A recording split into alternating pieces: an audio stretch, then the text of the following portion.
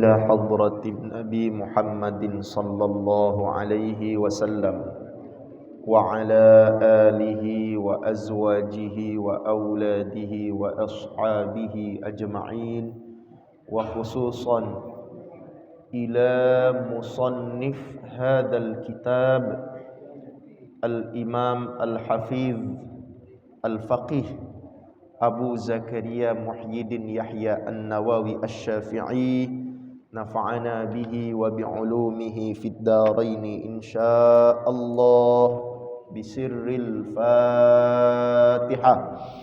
أعوذ بالله من الشيطان الرجيم. بسم الله الرحمن الرحيم. الحمد لله رب العالمين الرحمن الرحيم مالك يوم الدين، إياك نعبد وإياك نستعين، اهدنا الصراط المستقيم صراط الذين أنعمت عليهم غير المغضوب عليهم ولا الضالين آمين. السلام عليكم ورحمة الله وبركاته.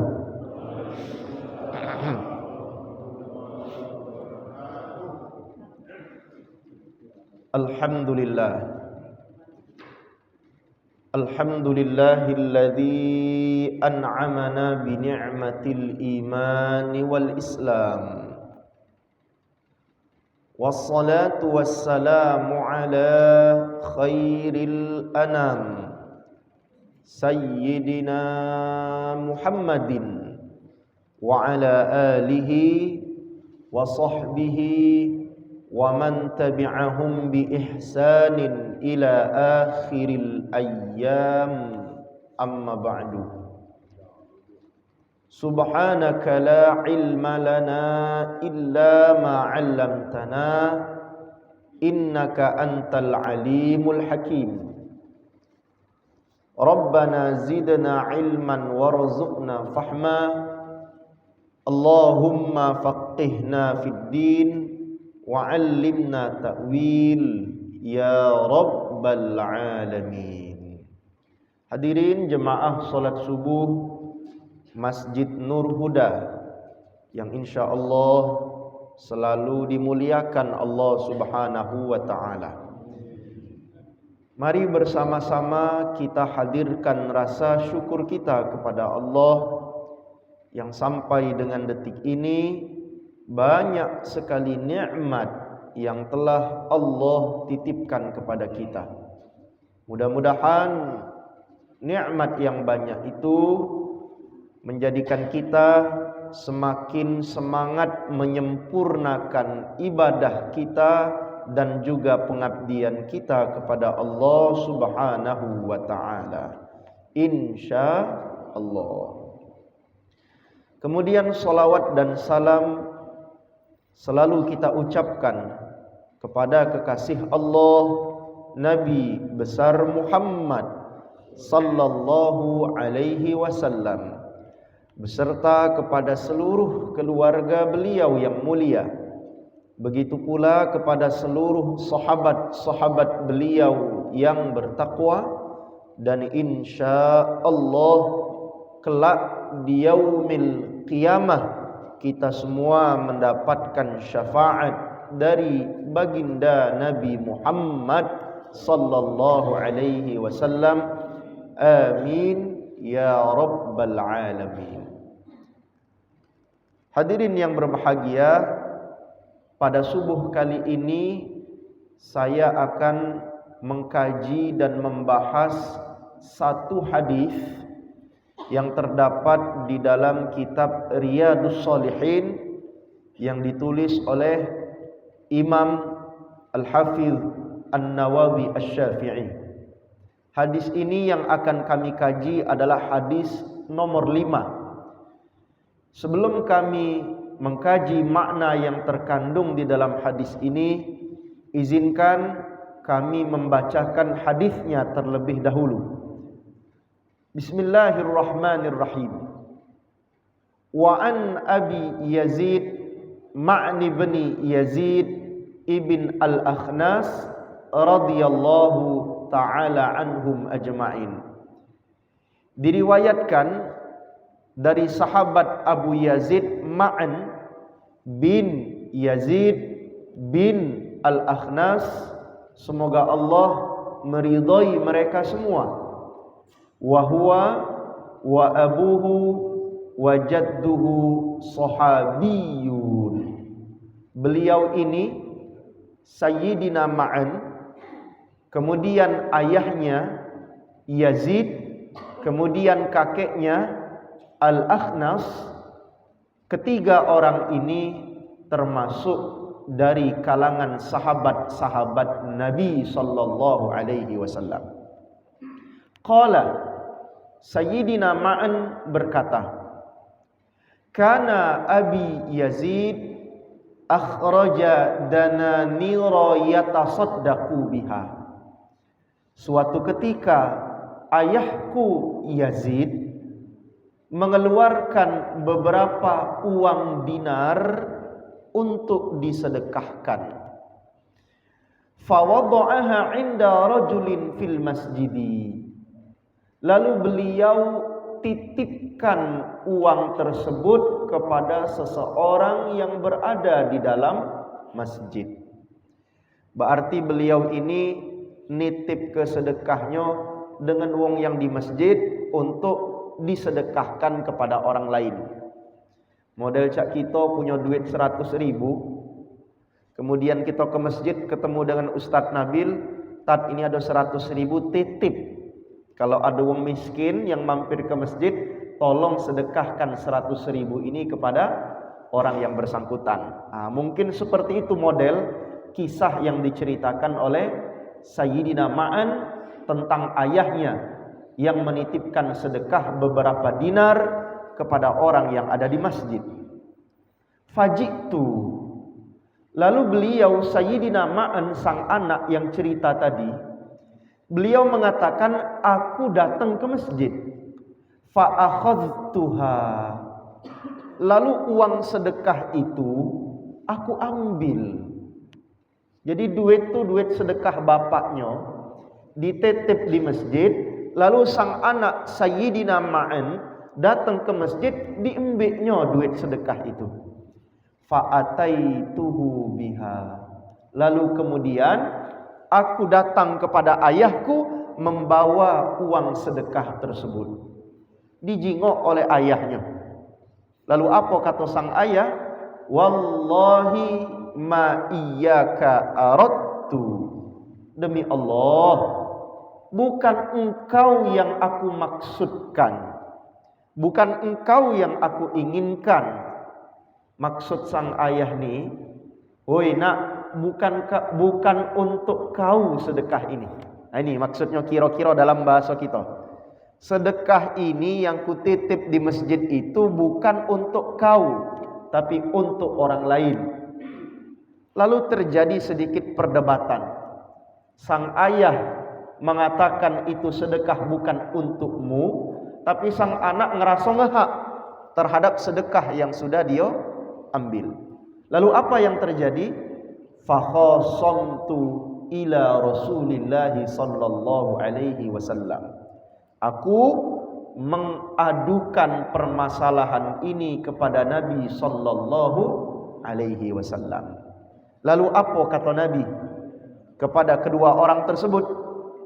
Pertama, Nabi berkata dulu kepada sang ayah yang bernama Yazid. Apa kata Nabi? Laka ma nawaita ya Yazid. Wahai Yazid, sang ayah, bagimu pahala sebagaimana apa yang telah engkau niatkan. Lalu setelah itu sang ayah, saya ulangi, setelah itu Nabi sallallahu alaihi wasallam berkata pula kepada sang anak yang bernama Sayyidina Ma'an. Apa kata Nabi? Walaka ma akhadta ya Ma'an. Wahai Ma'an, engkau berhak terhadap apa yang telah engkau ambil. Hadis yang sahih diriwayatkan oleh Imam Al-Bukhari dan diriwayatkan oleh Imam Muslim. Baik, sekarang kita kaji Apa makna yang terkandung di dalam hadis ini? Pertama, Dr. Mustafa Bugha di dalam kitabnya ini Nuzhatul Muttaqin Syarhu Riyadhis Shalihin, beliau menerangkan, tadi pada awal hadis disebutkan Sayyidina Ma'an, begitu pula ayahnya Sayyidina Yazid dan kakeknya Al-Akhnas, 3 orang ini termasuk dari kalangan sahabat Nabi. Pertanyaannya, siapa sahabat Nabi itu? Nah, di sini jelaskan, sahabat Nabi adalah man ijtama'a minal bashari bin Nabi sallallahu alaihi wasallam hala hayatihi mu'minan bihi wa mata 'alal iman. Sahabat Nabi itu, jemaah sekalian, adalah orang yang sempat berjumpa, berkumpul dengan Nabi sallallahu alaihi wasallam semasa Nabi masih hidup, dan orang tersebut beriman kepada Nabi dan ia wafat dalam keadaan beriman, wafat dalam keadaan Islam. Inilah definisi dari sahabat Nabi. Jadi bahasa sederhananya, sahabat Nabi itu orang yang pernah bertatap muka, berjumpa, berkumpul dengan Nabi sallallahu alaihi wasallam semasa beliau masih hidup.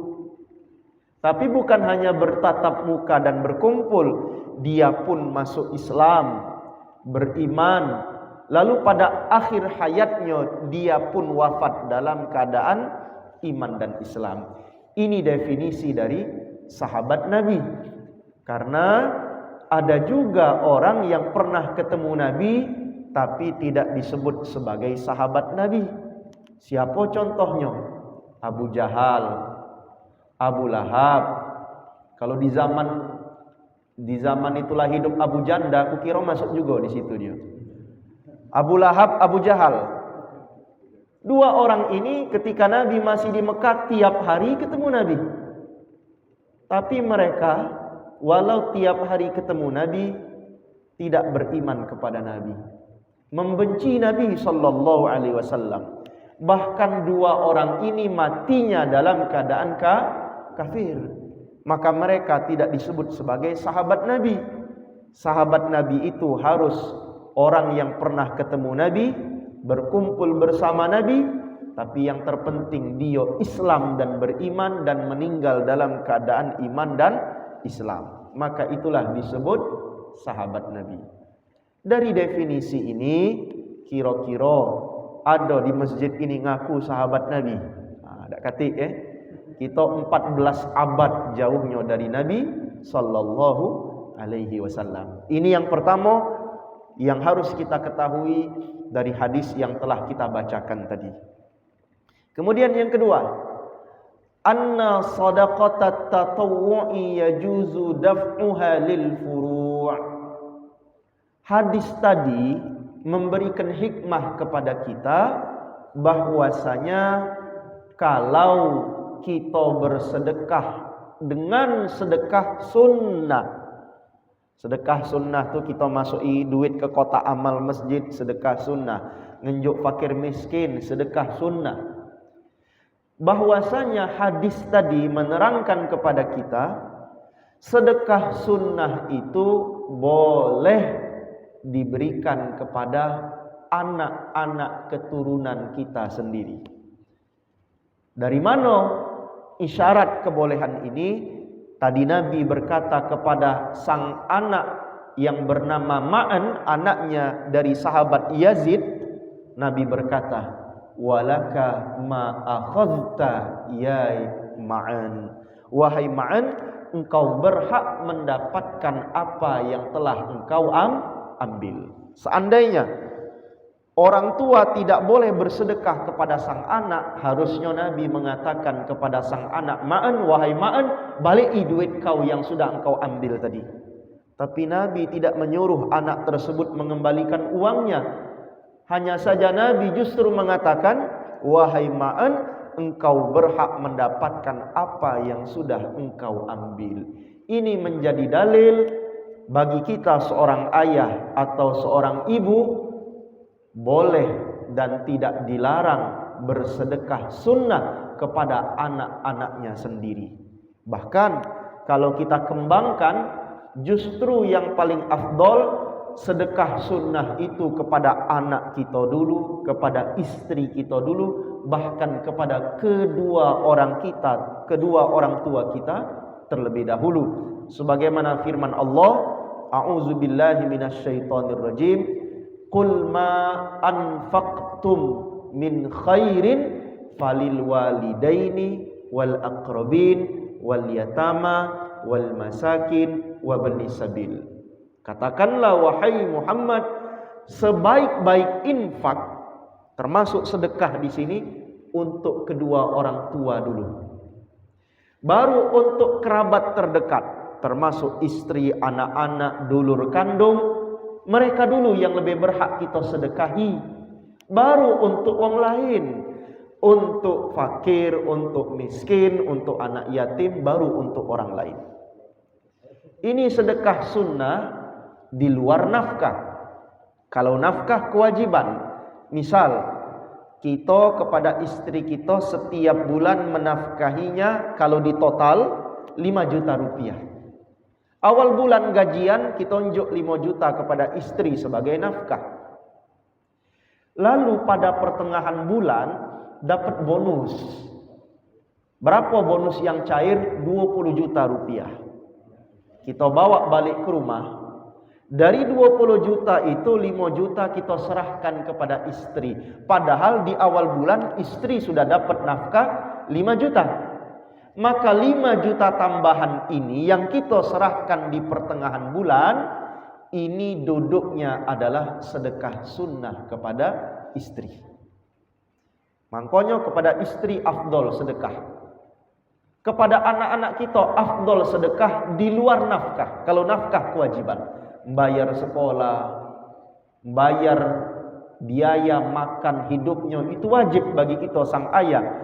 Tapi selain daripada itu, selebihnya adalah sedekah sunnah. Faham? Kemudian, wa amma shadaqatul wajibah. Kalau sedekahnya adalah sedekah yang wajib. Jadi sedekah itu ada dua jenis. Sedekah sunnah, ada juga sedekah wajib. Kalau sedekah wajib ini apa contohnya? Kaz-zakah, seperti contoh zakat. Zakat itu termasuk sedekah, tapi dia tergolong sedekah wajib.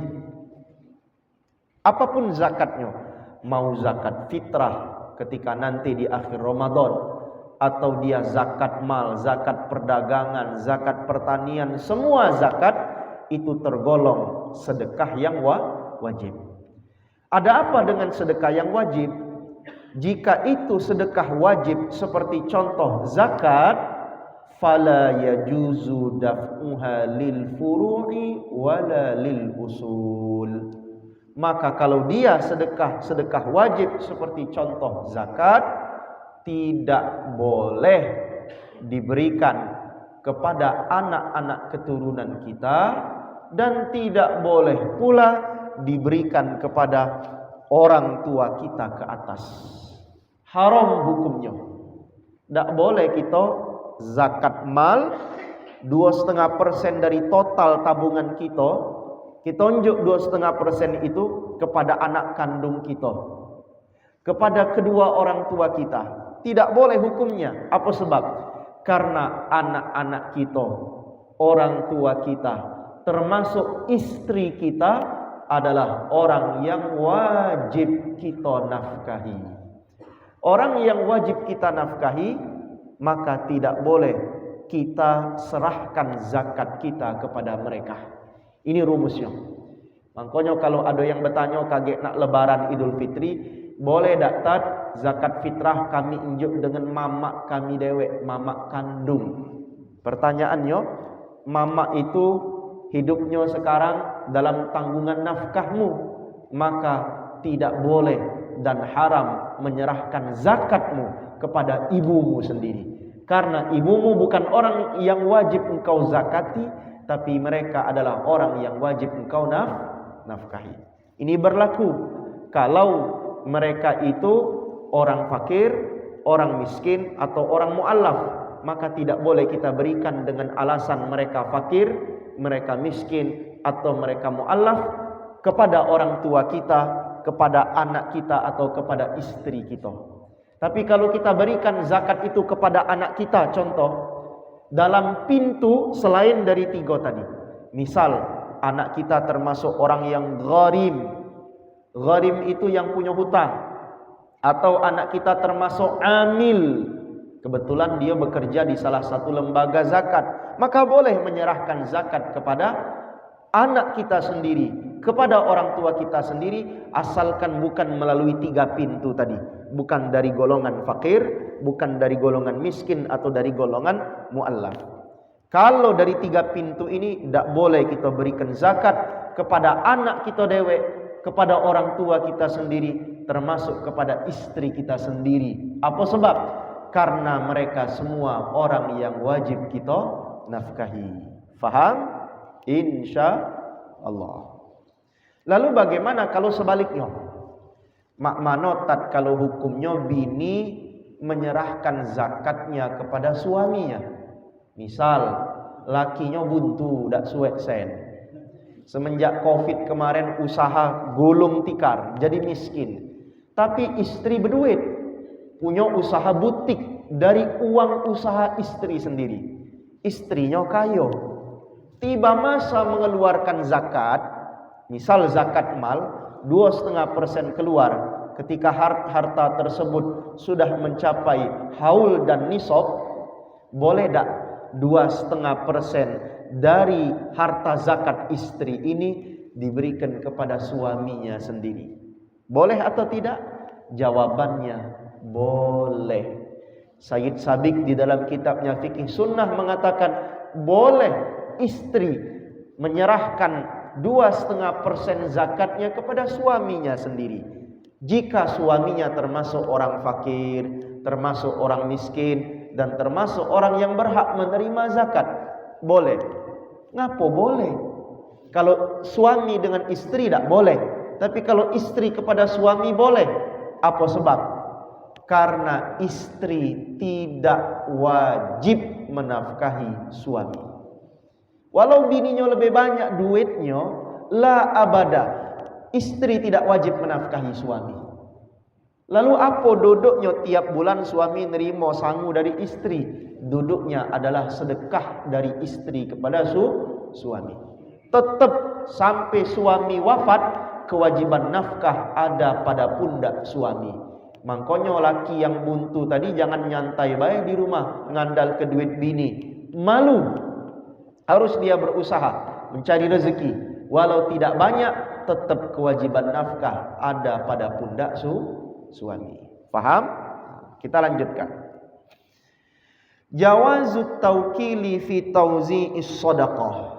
Hadis di atas memberikan hikmah, boleh kita mewakilkan sedekah kita kepada orang-orang lain. Baik itu sedekah sunnah maupun sedekah wajib seperti contoh zakat, boleh dititipkan kepada orang lain.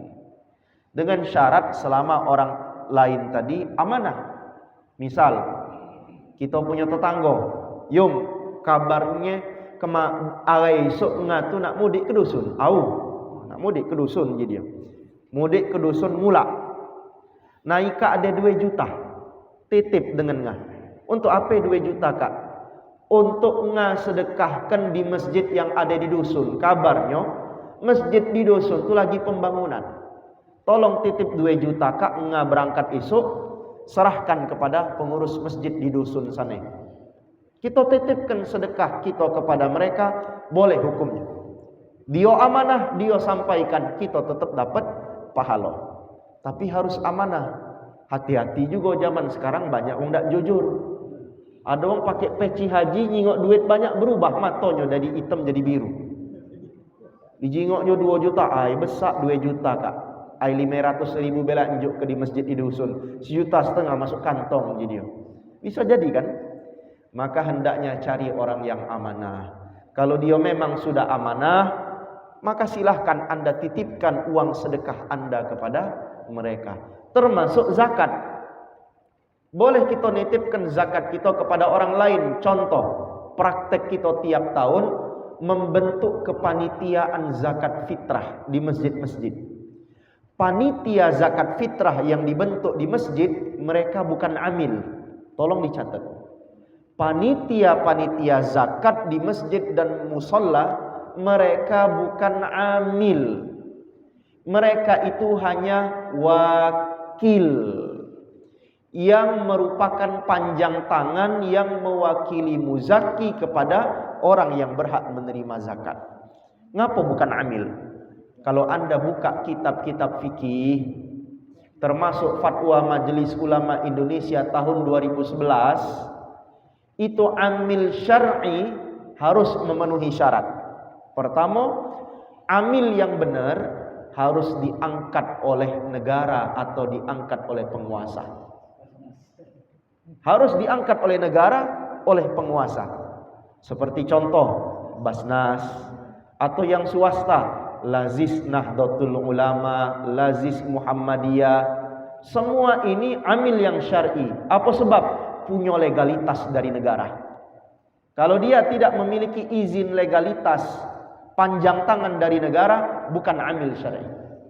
Bukalah kitab-kitab fikih dari macam-macam mazhab, semua mengatakan bahwa amil yang syar'i harus diangkat oleh negara, oleh penguasa. Yang kedua, amil zakat yang syar'i memang gawenya tiap hari sepanjang tahun memungut harta zakat, menjaga harta zakat, dan mendistribusikan harta zakat. Tidak seperti panitia zakat di masjid-masjid. Panitia zakat yang ada di masjid-masjid dibentuk 2 minggu sebelum Idul Fitri. Kaget 3 hari sudah Idul Fitri, panitia zakat dibubarkan. Jelas mereka bukan amil. Maka yang ketiga, karena panitia zakat bukan amil yang syar'i, haram hukumnya panitia zakat ngambil jatah dari harta zakat, mengatasnamakan dirinya sebagai amil. Ini banyak kejadian nih. Di banyak masjid yang tidak faham ilmu fikih, mereka ketika mengumpulkan beras sudah sampai seton, mengumpulkan zakat mal 30 juta, dibagi sepertigo, sepertigo, sepertigo. Sepertigo untuk panitia zakat. Ngapo? Kami amil, kata dia. Sepertigo untuk fakir, sepertigo untuk miskin, kata dia. Ini sepertigo untuk panitia zakat, haram hukumnya. Mereka mengaku sebagai amil, padahal mereka amil palsu, bukan amil syar'i. Kalau mereka mengkonsumsi itu masuk ke dalam perut mereka, mereka sudah memasukkan bara api neraka. Tidak boleh. Ini sudah keluar. Makanya kalau nak lebaran, kiai-kiai ustadz di Masjid Agung tuh ini galau ceramahnya, ngingetkan panitia zakat bukan amil syar'i. Panitia zakat di masjid-masjid hanya wakil. Namanya wakil, mewakili. Mereka tidak berhak ngambil jatah dari uang zakat, untuk mereka tidak boleh. Kalau mereka amil syar'i baru boleh. Seperti contoh Basnas. Mereka punya pegawai digaji dari duit zakat, boleh. Karena mereka amil yang syar'i. Tapi kalau panitia zakat tidak boleh. Panitia zakat besar pahalanya kalau caranya benar. Paham? Nah, ini ilmu ini. Jadi tolong, panitia zakat yang dibentuk di masjid-masjid harus tahu diri bahwa mereka bukan amil syar'i. Paham? Pertanyaannya, Ustaz, bagaimana cara supaya kami ini boleh ngambil dari bahagian zakat? Cara yang pertama, Anda daftarkan diri Anda kepada negara untuk diangkat sebagai unit pengelola zakat. Daftar ke Basnas. Unit pengelola zakat Masjid Nur Huda keluar SK, maka Anda sudah menjadi amil. Diurus ke negara, ke Basnas, ini kan panjang tangan negara urusan zakat. Daftarkan. Masjid Nur Huda mendaftarkan untuk menjadi unit pengelola zakat. Keluar SK, jadi amil kita. Tapi ingat, begawinya jangan nak lebaran baik. Sepanjang hari, sepanjang tahun, UPZ Masjid Nur Huda mengumpulkan zakat, mengelola harta zakat, menjaga dan mendistribusikannya. Seperti kita di Pertamina Pak Haji Basma, itu amil syar'i. Dia sudah terdaftar dan mereka mengakomodir semua zakat. Bukan hanya zakat fitrah ketika Ramadan nak lebaran, tapi sepanjang tahun mereka tugasnya mengumpulkan, menjaga dan mendistribusikan harta zakat. Pertanyaan berikutnya, Ustadz, mak mano kalau kami panitia zakat di masjid-masjid butuh operasional. Kami nak beli kantong plastik, kami nak beli timbangan, itu sen galek, duit galo. Katanya tak boleh kami ngambil dari duit zakat karena kami bukan amil syar'i. Benar. Maka caranya pertama, bebankan semua biaya operasional kepada para muzaki yang nitipkan zakat kepada kita. Karena kewajiban itu pada mereka. Kita cuma wakil. Maka semua biaya dana mereka yang nanggung. Misal per orang kalau nak nitip zakat di sini lebih ke 5.000, 10.000 duit operasional, boleh. Atau jika berat, biasanya wong kita ni ada tambahan 5.000 beribut. Buka satu pintu, bukan hanya nerimo zakat, tapi kita nerimo infak dan sedekah. Lewat pintu infak, sedekah dan sunnah itu, maka boleh kita ngomong, Pak, kami terima zakat. Nah di sini ada pintu infak sedekah. Silahkan Bapak nak infak sedekah. Kita juga warga dan jemaah jangan cuma numpang be naruh beras zakat fitrah. Lebih ke 10.000, lebih ke 20.000 untuk operasional mereka lewat pintu infak sedekah.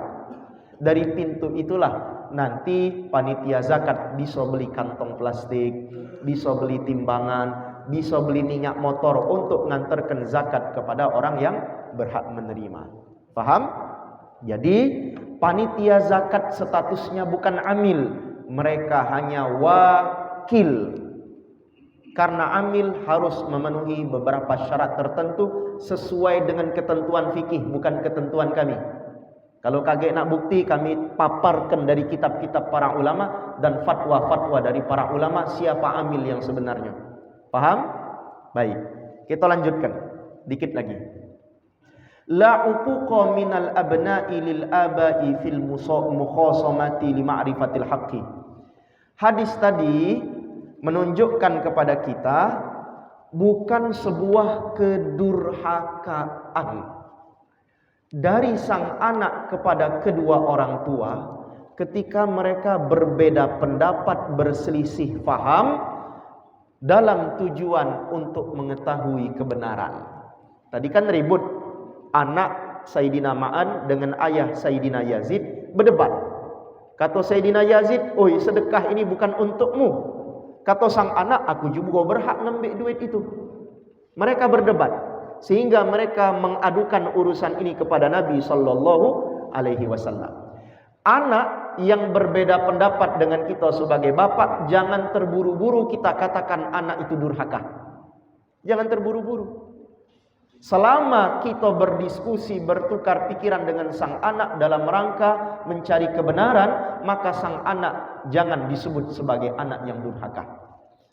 Kita sebagai anak beda pendapat dengan orang tua, tetap kita berbeda pendapat, sampaikan dengan kalimat yang baik, kalimat yang memuliakan wong tua.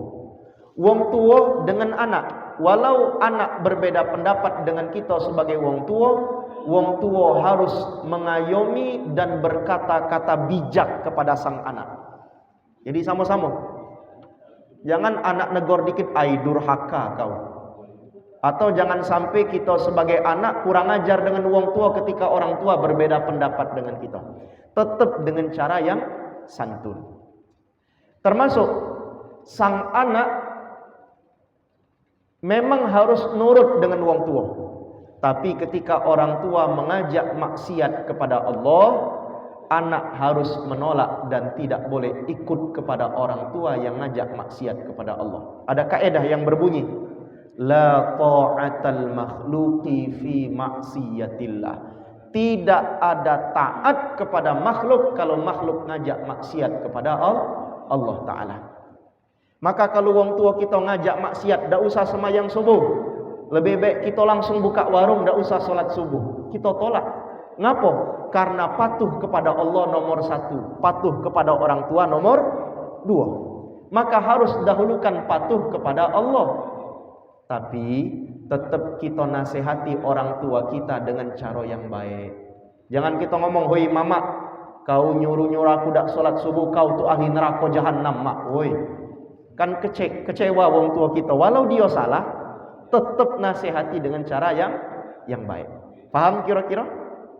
Terakhir, yanalul mutasaddiqul ajra idza sahhat niyatuhu sawa'an waqa'at shadaqatuhu fi yadi mustahiqin amlah. Terakhir, hadis tadi memberikan hikmah kepada kita, bagi orang yang bersedekah, dia tetap dapat pahala sedekahnya walaupun ujung-ujungnya sedekah sampai kepada yang berhak menerima atau tidak, selama niatnya sah sampai pahala sedekahnya.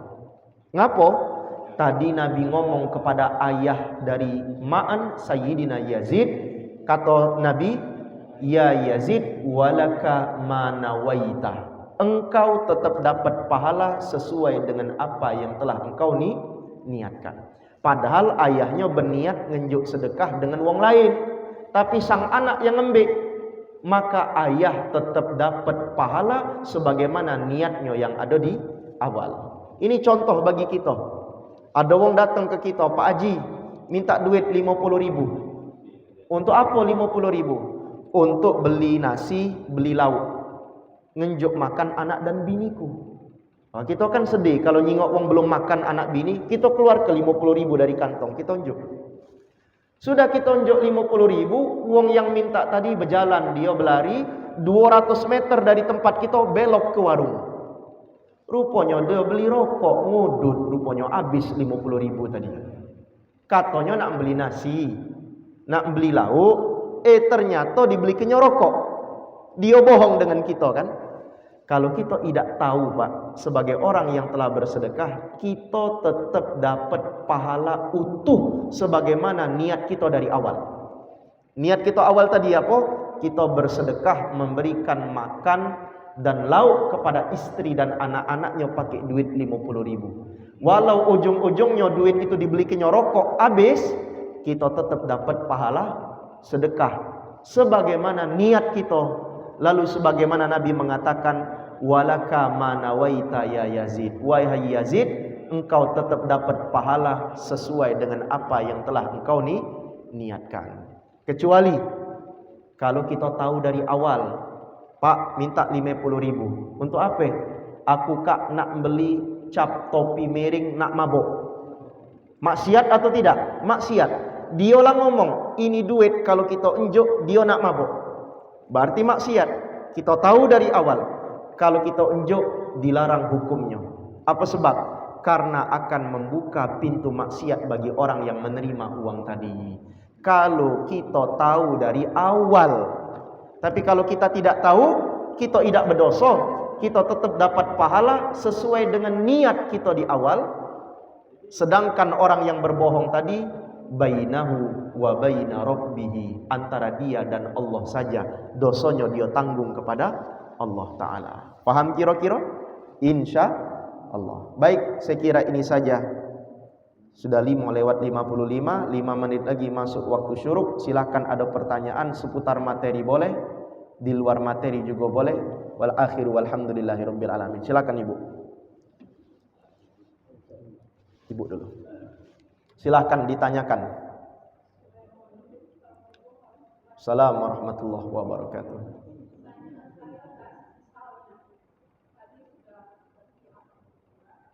Pakai mic, Bu.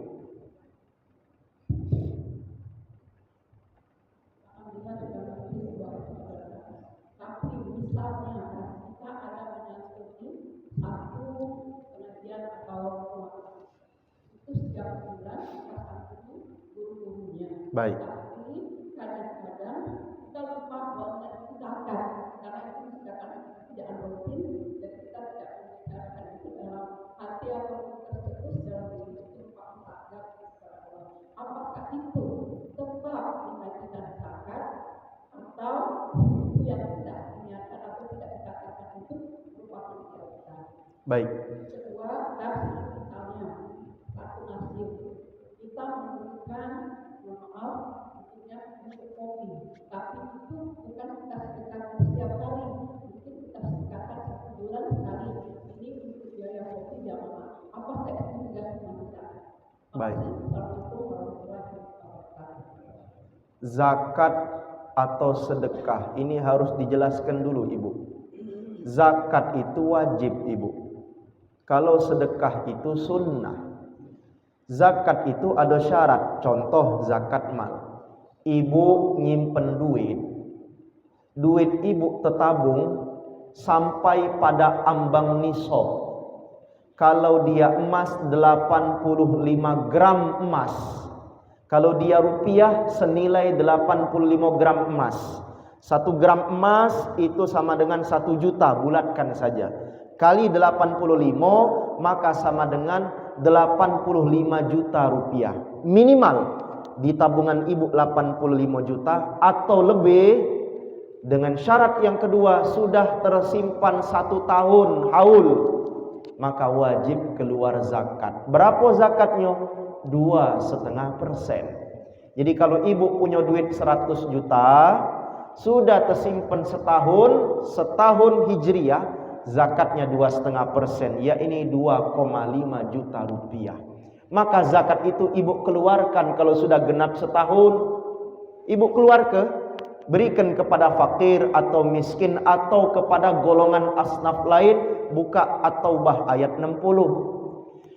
Ibu memberikannya kepada fakir walau tidak ibu ikrarkan dengan mulut, ini duit zakatku. Selama ibu berniat di dalam hati ketika memilah harta yang nak dikeluarkan 2,5% tadi, ibu berniat ini zakatku, maka itu sudah mencukupi walau orang yang nerima zakat tidak mengetahui uang ini uang zakat. Dalam mazhab kita Imam Syafi'i. Karena yang penting niat kita, dan niat ini sudah boleh dibesitkan ketika kita memisahkan 2,5% dari total harta simpanan kita. Kita serahkan kepada fakir, kepada miskin, kepada ustadz yang miskin tadi ibu unjuk. Walau tidak ibu sebut ustadz ini zakatku, ibu unjuk langsung. Selama ibu sudah berniat di dalam hati ini zakatku, sah zakatnya. Tapi ulama-ulama kita menghukumi sunnah saja dianjurkan. Kita ikrar. Kadang-kadang kita kalau zakat fitrah di masjid ada ikrarnya. Nawaitu an ukhrija zakatal fitri, seterusnya. Aku berniat mengeluarkan ini zakat fitrahku atau ini zakat malku, nilainya sekian. Kaget orang yang menerima, dia menjawab dengan doa. Ajrakallahu fima a'taita dan seterusnya. Ini anjuran sunnah saja afdolnya. Tapi kalau kita ngenjuk langsung tanpa kita sebut ini duit zakat atau bukan, selama kita berniat ini uang zakat, maka sah zakatnya. Faham? Nah, baik. Kemudian yang kedua, kita ngenjuk duit tiap bulan ke masjid untuk konsumsi pagi, beli kopi, beli kue. Ini larinya apa? Sedekah atau zakat? Larinya sedekah sunnah.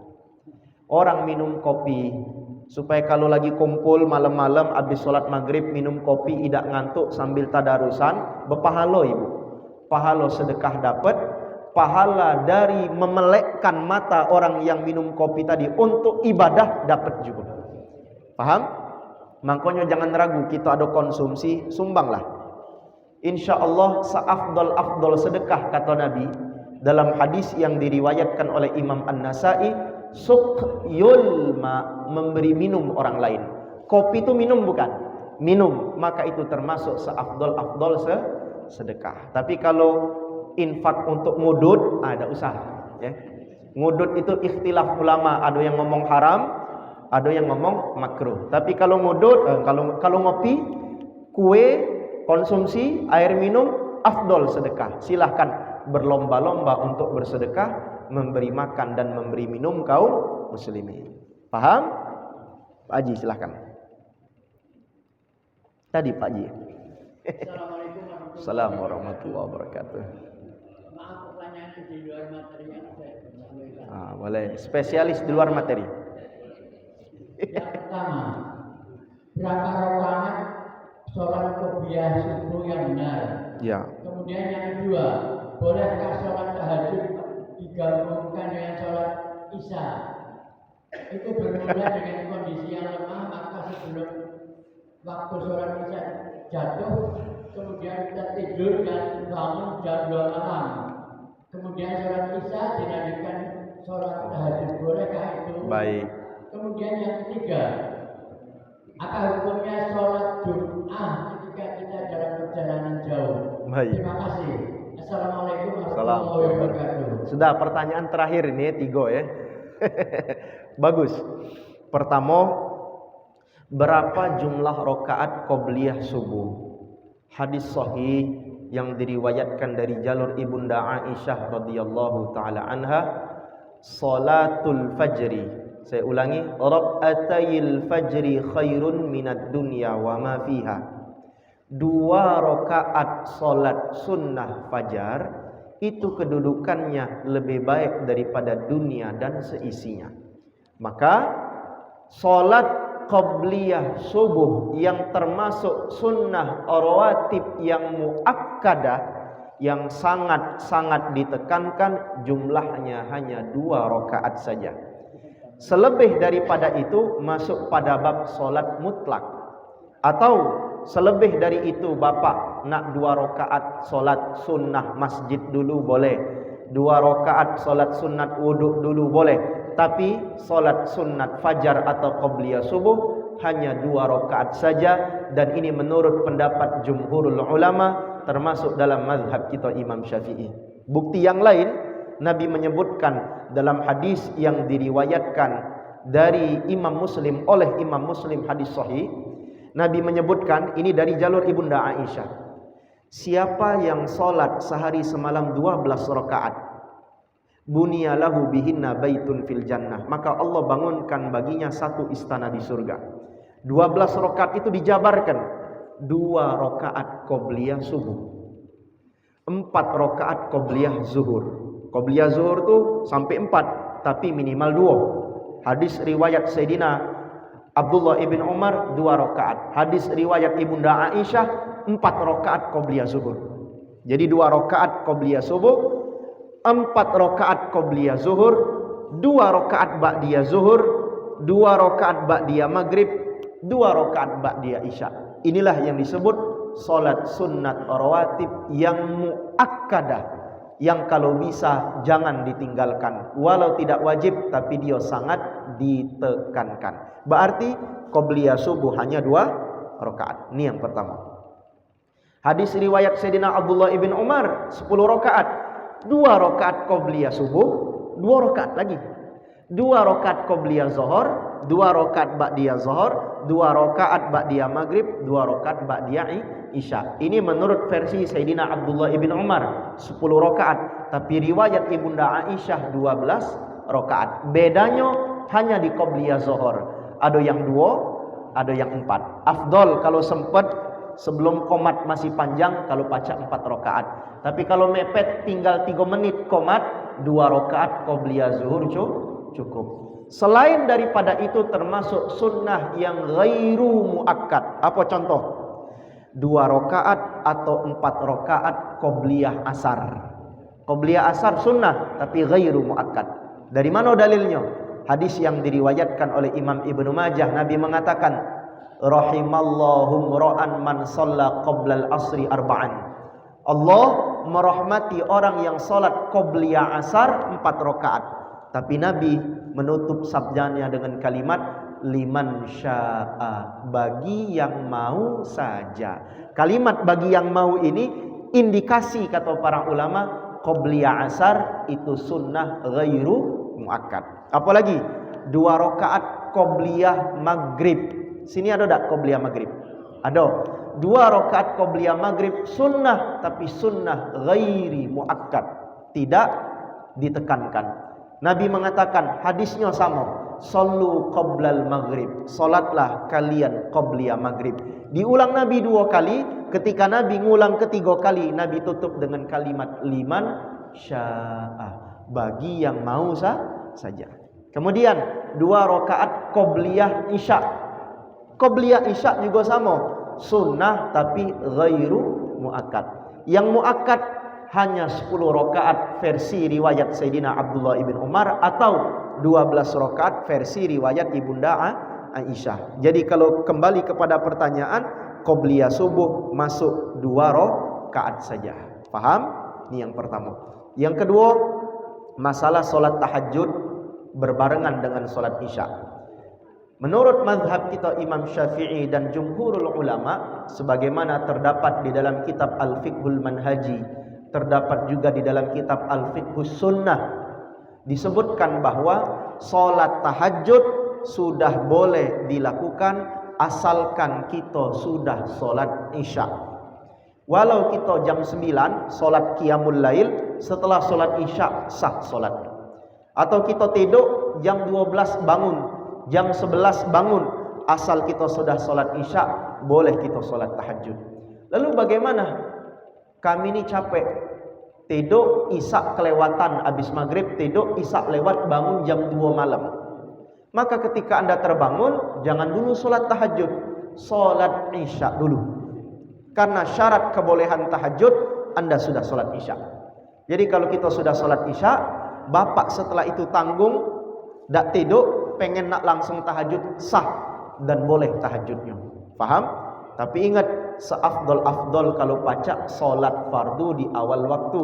Jangan tiap hari isya jam 2, jam 3 tiap hari. Ya sesekali, ini pertanyaan sesekali. Maka ada apa-apa. Isya jam 2 karena kita ketiduran, isya dulu. Baru setelah isya kita ba'diyah isya dulu. Ingat, pahala ba'diyah isya lebih besar daripada solat malam. Karena ba'diyah isya sunnah rawatib yang muakkadah. Jangan tinggal. Termasuk kaget tarawih Ramadan 3 bulan lagi. Banyak orang habis solat isya tidak ba'diyah isya, langsung tarawih. Keliru. Justru lebih besar pahala ba'diyah isya daripada tarawih. Apa sebab? Karena ba'diyah isya sunnah rawatib yang muakkadah. Jangan dilewatkan ba'diyah isya. Jadi sudah solat isya 4 rakaat, ba'diyah isya 2 rakaat, baru anda mau solat tahajud boleh, solat taubat boleh, tutup nanti dengan solat witir. Ini yang kedua, insyaallah bisa kita lakukan.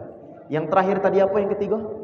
Hukum sholat Jumat ketika dalam perjalanan. Baik, solat Jumat itu punya syarat ketentuan.